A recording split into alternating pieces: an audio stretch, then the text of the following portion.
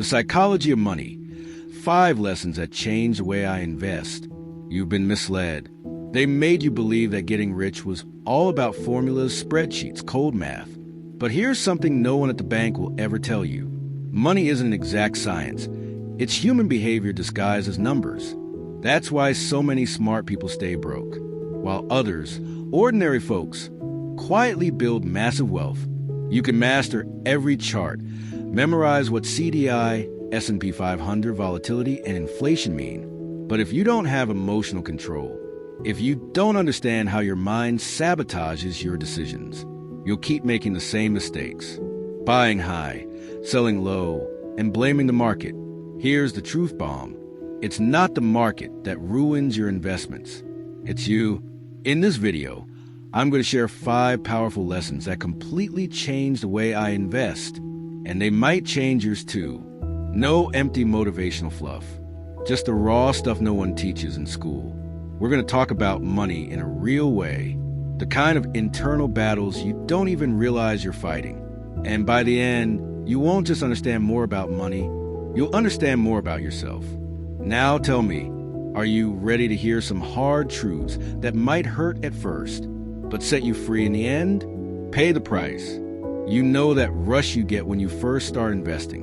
Imagining your bank account blowing up? Yeah, a lot of people dive into the stock market thinking it's just plant the seed, watch it grow. But here's what most people won't tell you, and what many can't stomach. There's a price to pay. And I'm not talking about fees. I'm talking about sleepless nights, heart-pounding volatility, watching your portfolio drop, while everyone around you says, you should have sold earlier. That is the real price of entry into the Freedom Club. Here's the raw truth. High returns always come with an emotional bill. There's no such thing as a free lunch. Want a real example? Think about Netflix. The people who believed in that company early on had to weather some serious storms. Market crashes, subscriber losses, bad press. In 2011, the stock dropped 80%. What would you have done? Sold everything in a panic? Or stayed calm with a long-term strategy? The difference between those who got rich and those who lost money comes down to one thing: financial behavior. That's where emotional intelligence steps in. It doesn't matter how many charts you study, how many S&P 500 reports you read, or how many finance influencers you follow. If you can't handle the pressure, it won't work. The market will test your risk tolerance constantly. And trust me, it's ruthless. If you don't have emotional control, you'll fall into the trap of rational panic, making decisions under stress that do more harm than good. In this game, your behavior is worth more than any degree. And no, this isn't some cheesy motivational speech. Even the biggest investors know the market doesn't reward the smartest. It rewards the most patient, the ones who invest consistently, month after month, even when things look bad. That's how quiet wealth is built. The kind of money that doesn't make noise, but grows steadily through the power of compound interest. That's what separates the average investor from the true builder of wealth. So here's the big question. Are you willing to pay the price? Or will you keep running from short-term pain? Because people who avoid pain usually end up choosing long-term suffering. And speaking of suffering, there's an even more dangerous trap, one that takes down even the most experienced investors. It starts with a quiet, sneaky question. Do I have enough? It's never enough. There are people who chase money their entire lives, and somehow they never quite catch it. Not because they lack talent or opportunity, but because they lack emotional clarity. That endless race for more status, more cars, more zeros in the bank, is fueled by a silent plague, financial envy. You might be perfectly happy making $4,000 a month until you find out your coworker makes $4,100. And just like that, your peace is gone. Comparison starts eating away at your joy like acid. And trust me, that kind of poison can destroy your soul faster than any economic crisis. It's funny, you see a doctor making $500,000 a year and think, that guy made it. And he probably did. Until he buys a house by the beach and finds out his neighbor is an entrepreneur pulling in $2 million a month. Now he's the one feeling small. But it doesn't stop there. That same entrepreneur remembers someone he studied with who's now business partners with Jeff Bezos. See the pattern? Social comparison is a bottomless pit. There will always be someone with more, always another step above you. And if you live your life climbing someone else's ladder, you'll never build your own. Here's the real key: knowing when enough is enough. And no, that's not mediocrity.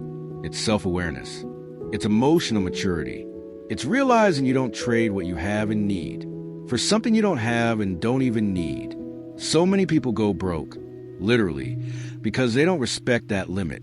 They make reckless bets, overleverage their assets, ignore financial planning, all in pursuit of a dream that can never be satisfied. Because the problem isn't their bank account, it's their heart. If you don't develop this awareness, you risk losing everything you've worked for. Worse, you risk losing yourself. How many stories have you heard of people who reach the top only to feel completely empty inside? That's the difference between getting rich and staying rich. The first takes effort. The second takes wisdom. The wisdom to say no to tempting opportunities. Because deep down, you know they might cost you something priceless. That's true financial freedom. When money doesn't control you anymore. But to reach that level, you have to stop looking sideways and start looking inward. And let me tell you, that takes courage. Because it's easier to point at someone else's success and call it motivation than it is to face your own insecurities. But do you know what really holds you back on this journey? It's not other people's money. It's not the stock market. It's your own rush to judge what others are doing. And that, believe it or not, brings us to another powerful truth. Crazy is just a matter of perspective. You ever look at someone and think, that person has no idea what they're doing with their money? Well, maybe they're thinking the exact same thing about you. Here's the truth.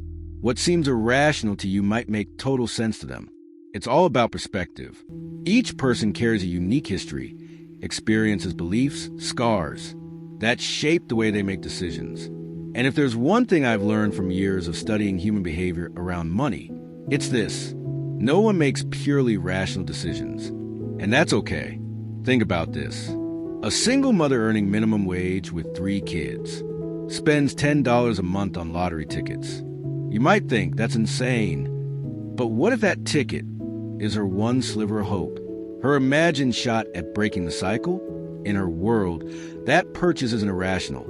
It's a symbol, a way to believe, even for a second, that maybe, just maybe her luck could change. That choice isn't about logic. It's about emotion. And no spreadsheet can account for that.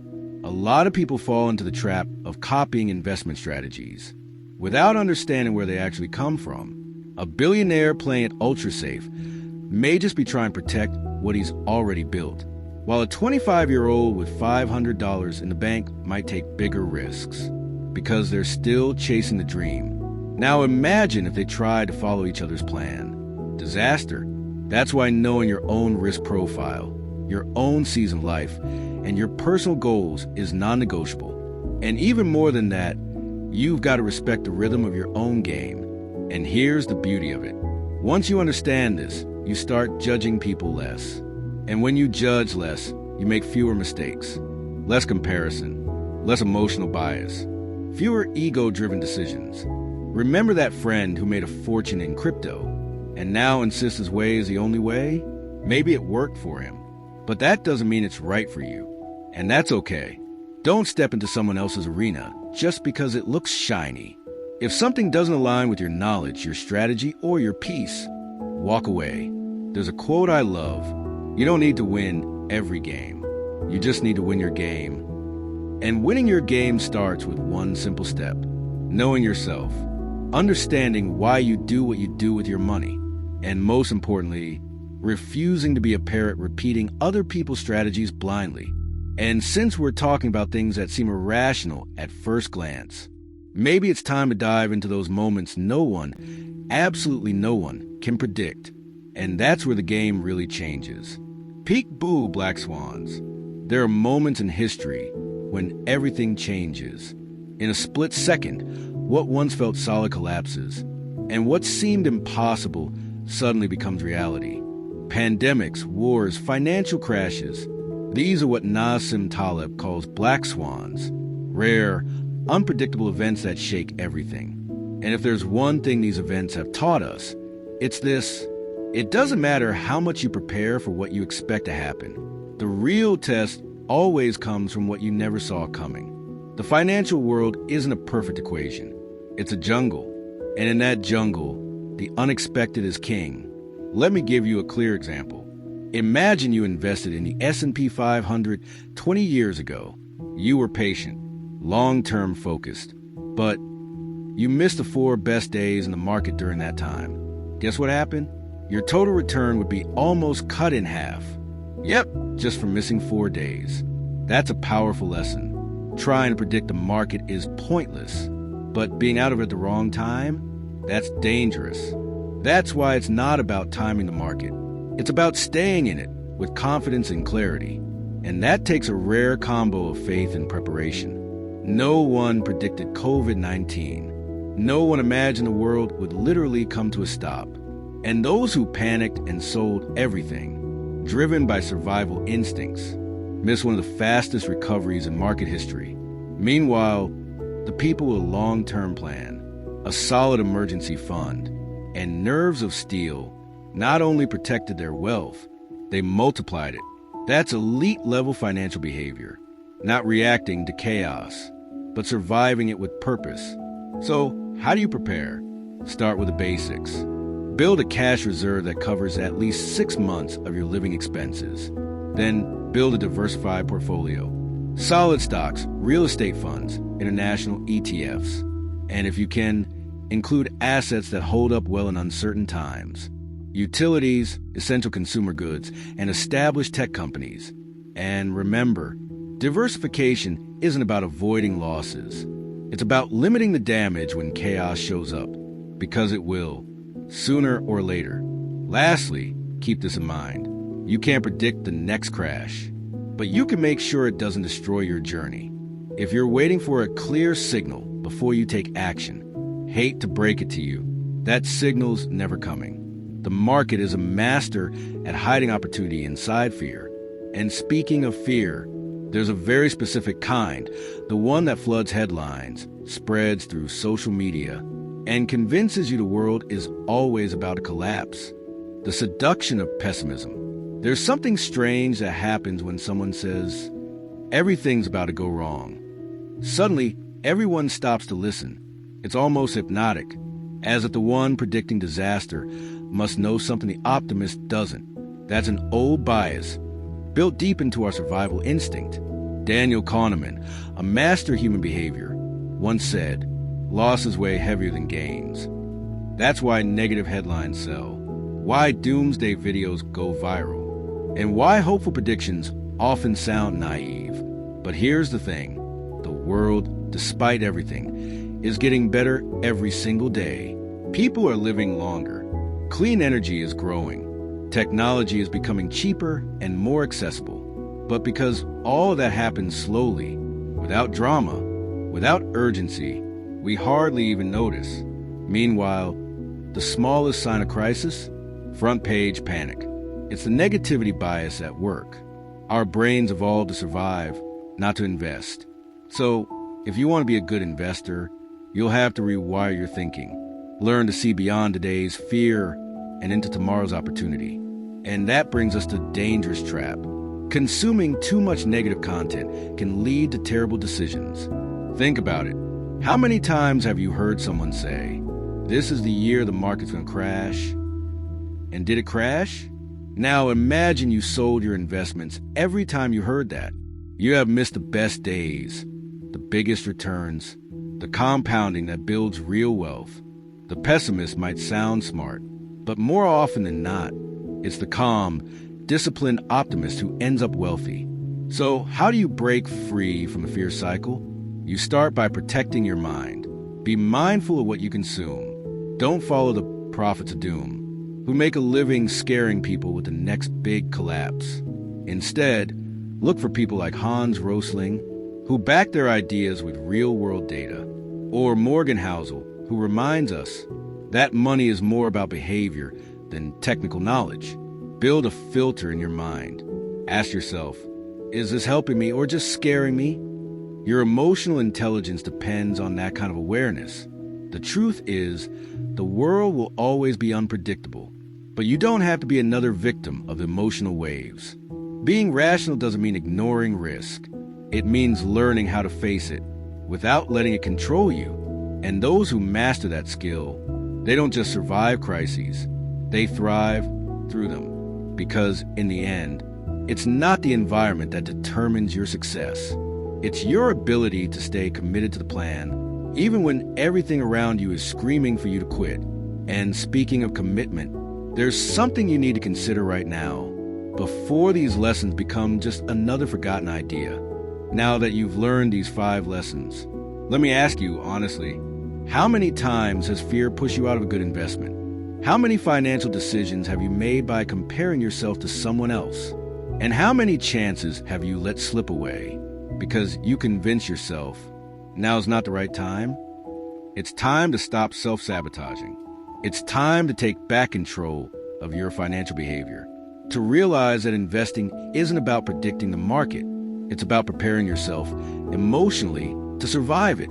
And the best investment you'll ever make is in education, patience, and self-awareness.